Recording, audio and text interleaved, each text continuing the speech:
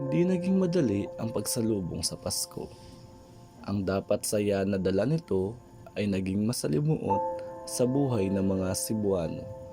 Hindi inasahan na mangyayari ito ang pagdating ng isang napakalakas na dilubyo. Isang gabi galing sa trabaho, bumuhos ang ulan ng napakalakas na bagyo. Umihip ang napakalakas na hangin na may kasamang mga bato. Akalain mo'y parang katapusan na ng mundo. Pagkatapos na dumaan ang dilubyo, ang mga puso namin ay nanlumo. Mga kabahayan na wasak ang iniwan nito, pati mga kabuhayan ay di rin pinilampas nito.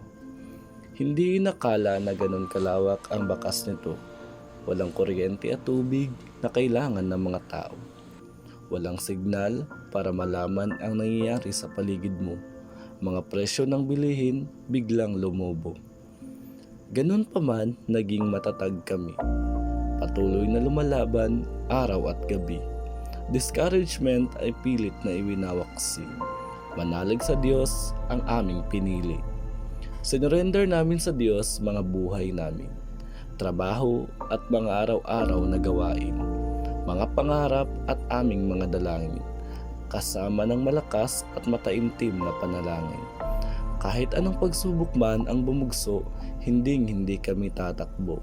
Sa amin ay mayroong sasaklolo dahil ang aming tahanan ay si Kristo.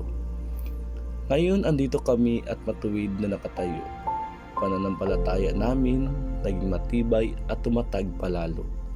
Walang hindi malalampasan na dilubyo, basta magpasakop sa kapangyarihan ni Kristo. Ako ay nagiging matatag